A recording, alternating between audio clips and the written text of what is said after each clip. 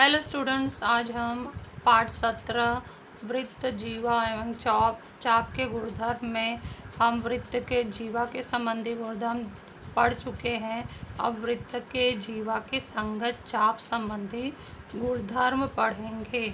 उससे पहले उसमें हम देखते हैं कि सर्वांगसम चाप किसे कहते हैं। ये समझना बहुत ही ज़रूरी है, तभी हम आगे का कृति समझ सकते हैं और आगे का महत्वपूर्ण गुणधर्म समझ सकते हैं। यदि किसी वृत्त में दिए गए केंद्रीय कोण के माप समान हो तो उसके संगत चापों के माप समान होते हैं, तो वे दोनों चाप सर्वांगसम होते हैं। तो सर्वांगसम चाप किसे कहते हैं, कब होता है ये, कि दिए गए वृत्त में, ये जैसे कि हमने वृत्त खींच लिया, दिए गए वृत्त में यदि दो केंद्रीय कोण के माप समान हो तो उनके संगत चाप के माप समान होते हैं और तो वे दोनों चाप सर्वांगसम हो जाते हैं। तो आपको सबसे पहले गोला प्रकार लेकर एक वृत्त खींचना है। वृत्त खींचने के बाद आधार, जैसे पहला कोण बनाना है तो आधार ओ भी खींच लेना है या त्रिज्या ओ भी खींच लेना है। फिर उस पर चांदा रख के हम कितने 85 अंश का कोण बनाए, आधार पे रख के 85 अंश का निशान लगा के ये कोण खींच लेना है। जैसे ये कोण खींच लिए, उसको नाम हमने आधार को बी ओ दिया था, यहाँ ए दे देंगे तो ए ओ बी केंद्रीय कोण 85 अंश का निशान बन जाएगा और इसका संगत चाप हो जाएगा ए एक्स बी। उसी तरह दूसरी तरफ आना है, आधार ओ सी खींच लेना है।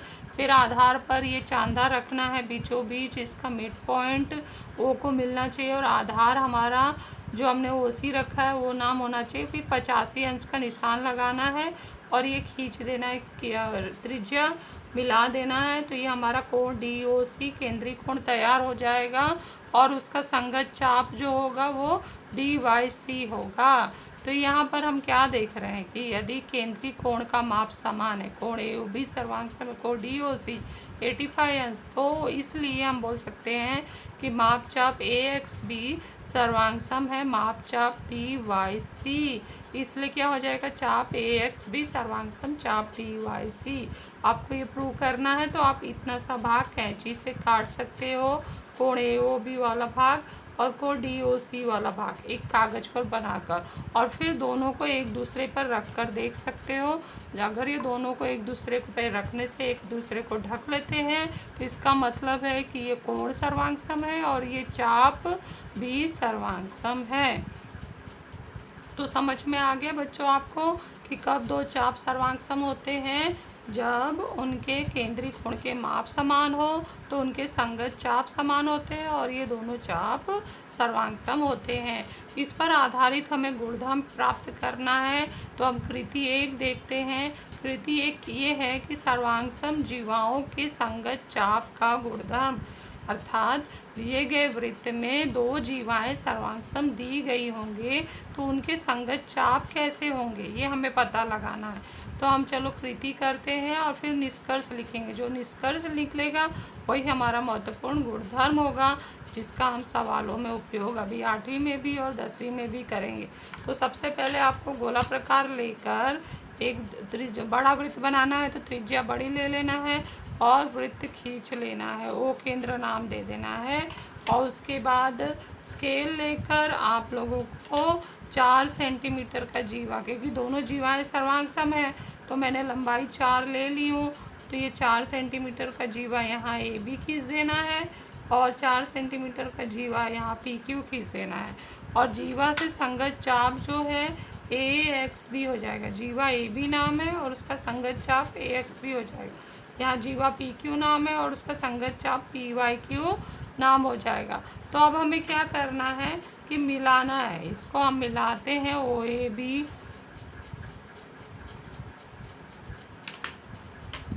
केंद्रीय कोण बनाते हैं, ओ बी को मिला दिया हमने और ओ ए को मिला दिया,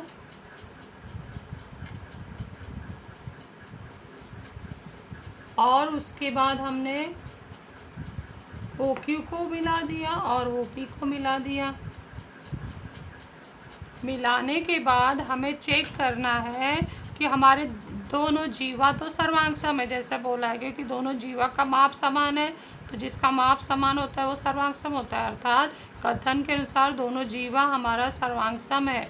तो क्या केंद्रीय कोण भी बराबर है, तो वो हमें चांदे की सहायता से निकालना होगा। तो ये हमने जीवा पहले खींचा, जीवा पहले खींचने के बाद केंद्रीय कोण बनाया, और उसके बाद अब हम चांदा रख के आधार पर रखेंगे। इसको आधार पर रख के हम देख रहे हैं हमारा 75 अंश, यहाँ पर पेन से लिखना है, कोण AOB 75 अंश आया। उसके बाद हम पुनः इधर आधार OQ पर रखते हैं, वो मिड पॉइंट है और OQ आधार है। तो हमारा देख रहे हैं कि हमारा फिर से 75 अंश आया है। तो ये कोण POQ का माप भी 75 अंश आया है। तो इसके आधार पर हम कर सकते हैं कि कोण AOB, माप कोण AOB बराबर है माप कोण POQ बराबर है 75 अंश। तो जब दो ये केंद्रीय कोण है, ये केंद्रीय कोण यदि बराबर हो गए तो उनके जो संगत चाप है वो भी बराबर हो गए।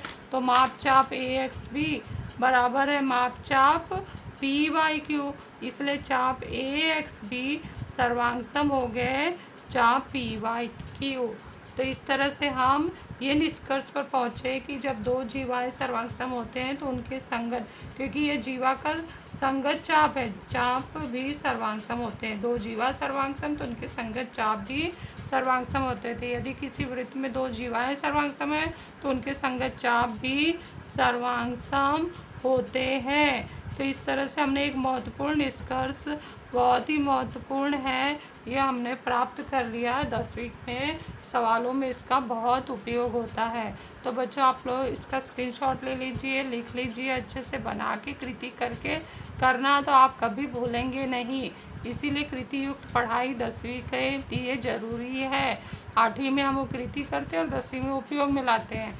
अब नेक्स्ट हम कृति देखते हैं, कृति नंबर 2। कृति नंबर 2 में क्या दिया है कि सर्वांग सम चापों की संगत जीवाओं का गुणधर्म। तो इसे अर्थ समझा कि हमें वृत्त दिया होगा, वृत्त में दो चाप सर्वांग सम होंगे, तो उनकी जीवा संगत जीवा कैसी होती है वो हमें पता लगाना और उसके आधार पे गुणधर्म लिखना है। तो पहले ये मुझे बताओ कि अभी इससे पहले वाले भाग में हमने पढ़ा था कि सर्वांग सम चाप कब होते हैं। सर्वांग सम चाप तब होते हैं जब किसी वृत्त में केंद्रीय कोण का माप बराबर होता है, तो उसकी संगत चाप का माप बराबर होता है और वो दोनों चाप सर्वांग सम होते हैं। तो समझ में आया, यदि दो चाप सर्वांग सम है तो इसका मतलब क्या हुआ कि केंद्रीय कोण, उसके केंद्रीय कोण समान होंगे। तो हमें यहाँ केंद्रीय कोण का माप खींचना है। तो यहाँ हम सबसे पहले क्या लेंगे, उचित त्रिज्या लेकर एक वृत्त खींच लेते हैं।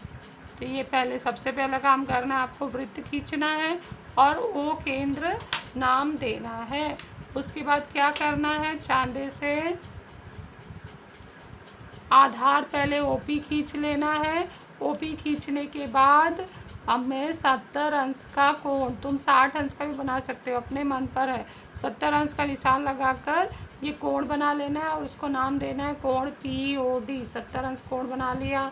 उसके बाद फिर आधार OQ यहाँ खींचना है, उस पर चांदा रखना है और 70 अंश का निशान लगा के कोण MOQ खींच लेना है। तो ध्यान दिया हमने क्या किया कि दोनों केंद्रीय कोण बराबर है, तो केंद्रीय कोण बराबर है तो उसके संगत लघुचाप PBD बराबर हो जाएगा MAQ। तो यहाँ हम लिख सकते हैं, और ये दोनों चाप कैसे हो जाएंगे, सर्वांग सम।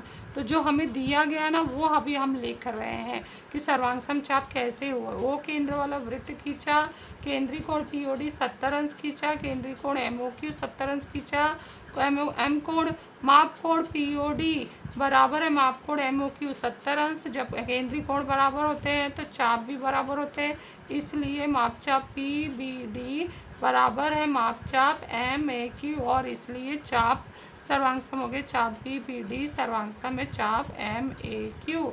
अब हमें क्या करना है, इस जो संगत चाप का ना हमें जीवा खींचना है। ये जीवा की लंबाई हमें निकालनी है। जीवा खींच लिया, इस जीवा को भी, क्योंकि जिस आकृति में हमने देखा जीवा है ही नहीं, तो हमें चाप के साथ जीवा का संबंध बताना है, तो उस चाप का हमने संगत जीवा खींच लिया। संगत जीवा खींचने के बाद उन्हें बोला कि लेंथ पीडी निकालो। लेंथ पीडी हम यहाँ निकाल रहे हैं, तो हमारा 3.9 आ रहा है, 3.9 सेंटीमीटर लिख सकते हैं। और यहाँ पर हम निकाल रहे हैं, तो ये हमारा 3.9 सेंटीमीटर आया। तो इससे अर्थ क्या निकलता है कि जीवा पी डी बराबर है जीवा एम क्यू। क्यों बराबर है? क्योंकि ये दोनों का माप क्या है, 3.9 सेंटीमीटर। इसलिए जीवा पी डी सर्वांग हो गई, जिसका लंबाई बराबर होता है वो सर्वांग हो जाते हैं। जीवा पी डी सर्वांग हो गया जीवा एम क्यू। तो इस तरह से हम दिए गए चाप से दिए गए जीवा पर आ गए। यदि चाप सर्वांग हो तो उनके संगत जीवा भी सर्वांग होते हैं। इससे पहले वाले हमने गुणधर्म में देखा था कि यदि जीवा सर्वांग है तो उनके संगत चाप सर्वांग होते हैं। तो इस पर निष्कर्ष, अब हम बहुत ही महत्वपूर्ण निष्कर्ष पर आ रहे हैं। यदि किसी वृत्त में दो चाप सर्वांग हो तो उनकी संगत जीवाएँ भी सर्वांग होती हैं। तो मुझे लगता है बच्चों आप लोगों को अच्छे से समझ में आ गया होगा। कृति करके करना, और जहाँ जहाँ मैंने निष्कर्ष लिखवाया है वो सब आपके लिए ओरल है। वो ओरल के गुणधर्म बोलना। पहली कृति में जीवा वाले में भी 2 गुणधर्म 2 निष्कर्ष थे, तो वो आपको ओरल देना है। और अभी भी मैंने 2 कृतियाँ जीवा और चाप से संबंधित बताई, उसमें 2 निष्कर्ष आए, वो आप लोगों को ओरल में देना है। तो आप लोग अच्छे से लिखिए, इसका स्क्रीनशॉट लेकर अच्छे से लिखकर कृति पूरा कीजिए।